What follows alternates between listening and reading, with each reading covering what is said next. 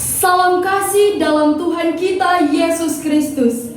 Shalom. Pertama-tama, saya mengajak, marilah kita memanjatkan puji dan syukur kehadirat Tuhan yang Maha Kuasa untuk berkat, penyertaan, dan perkenanan Tuhan yang boleh mempertemukan kita di tempat yang kudus ini dalam menyemarakan Hari Persatuan Remaja Gemim di tahun 2020. Perkenalkan, nama saya Agun Juwita Binatik dari Jemaat Gemim Bukit Sion Kanonang, wilayah Kawangkoan II. Pada kesempatan ini, saya akan menyampaikan gagasan saya yang dituangkan dalam pidato dengan judul Budaya dalam Keteladanan Remaja Gemim. Dewan juri yang saya hormati, para pembina dan rekan-rekan remaja yang saya kasihi. Di era revolusi industri 4.0 sekarang ini, ada begitu banyak perubahan yang telah kita temui. Sebagai contoh, yakni perubahan di bidang sosial kultural yang kian jelas menunjukkan perubahan di tengah kehidupan bermasyarakat. Tak terkecuali pada generasi muda di zaman sekarang. Salah satu faktor terjadinya pergeseran kebudayaan ini adalah dengan masuknya budaya asing yang ditanggapi dengan salah oleh sebagian orang. Ada yang lebih menggemari budaya asing dibandingkan dengan budaya daerah. Ada yang tidak mampu menahan kuatnya arus modernisasi. Bahkan ada yang menganggap bahwa budaya daerah sudah tidak pantas untuk digemari, apalagi dilestarikan. Tidak sedikit remaja-remaja yang mulai kehilangan jati dirinya. Nilai-nilai kebudayaan yang dibawa oleh orang tua kini mulai terkikis oleh budaya asing yang kian eksis, melahap dan memperdaya pola pikir dan mata para remaja. Tidak dapat dipungkiri lagi bahwa banyak remaja yang meninggalkan budaya luhur dan tidak lagi menunjukkan teladan Kristus.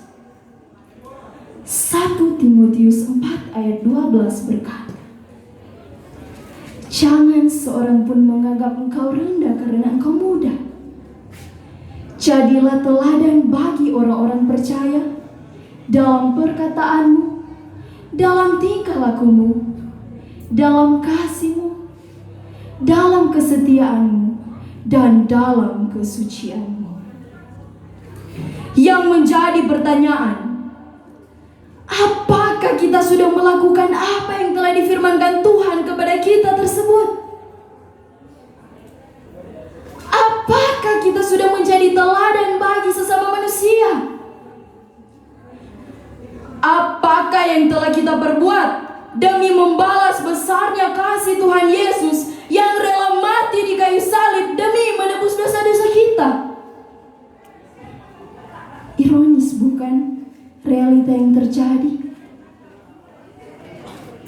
Rekan-rekan remaja, 1 Korintus 6 ayat 20 berkata, sebab kamu telah dibeli dan harganya telah lunas dibayar.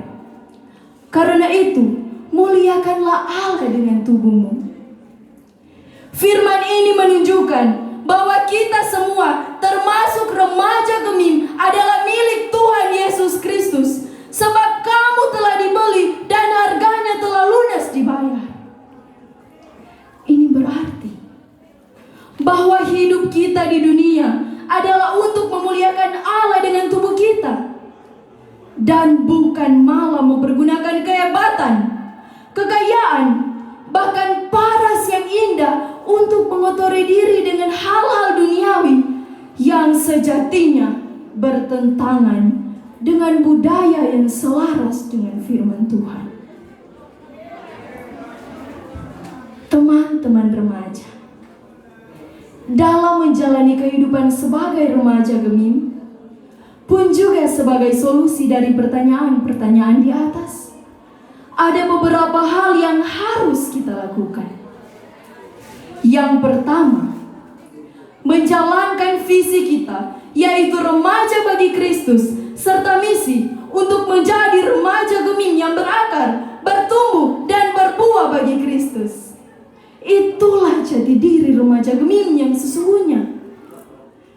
Remaja Gemim yang dapat menjadi panutan bagi siapapun dan dimanapun berada.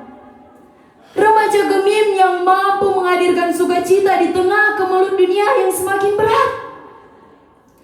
Kita yakin kita mampu, karena masing-masing kita dikaruniai Roh Kudus serta kemampuan untuk menjadikan semua bangsa muridnya sesuai dengan yang difirmankan Tuhan dalam kitab Matius 28 ayat 19. Yang kedua, jangan menjadi serupa dengan dunia ini, tetapi berubahlah oleh pembaharuan budimu tanpa menutup mata akan kemajuan yang ada di dunia ini. Dan yang ketiga, cintai dan lestarikanlah budaya dimulai dari diri kita masing-masing. Mahatma Gandhi, seorang tokoh dari India, pernah mengatakan bahwa kebudayaan suatu bangsa terletak di hati dan jiwa orang-orangnya. Mari remaja Gemim, kita menunjukkan teladan dengan menjadi garam dan terang dunia, mencintai kebudayaan, dan tentunya menjadi remaja yang mengatakan tidak pada narkoba, tidak pada pergaulan bebas, dan mengatakan ya pada pelayanan dan firman Tuhan. Tuhan Yesus memberkati kita semua. Sekian dan terima kasih.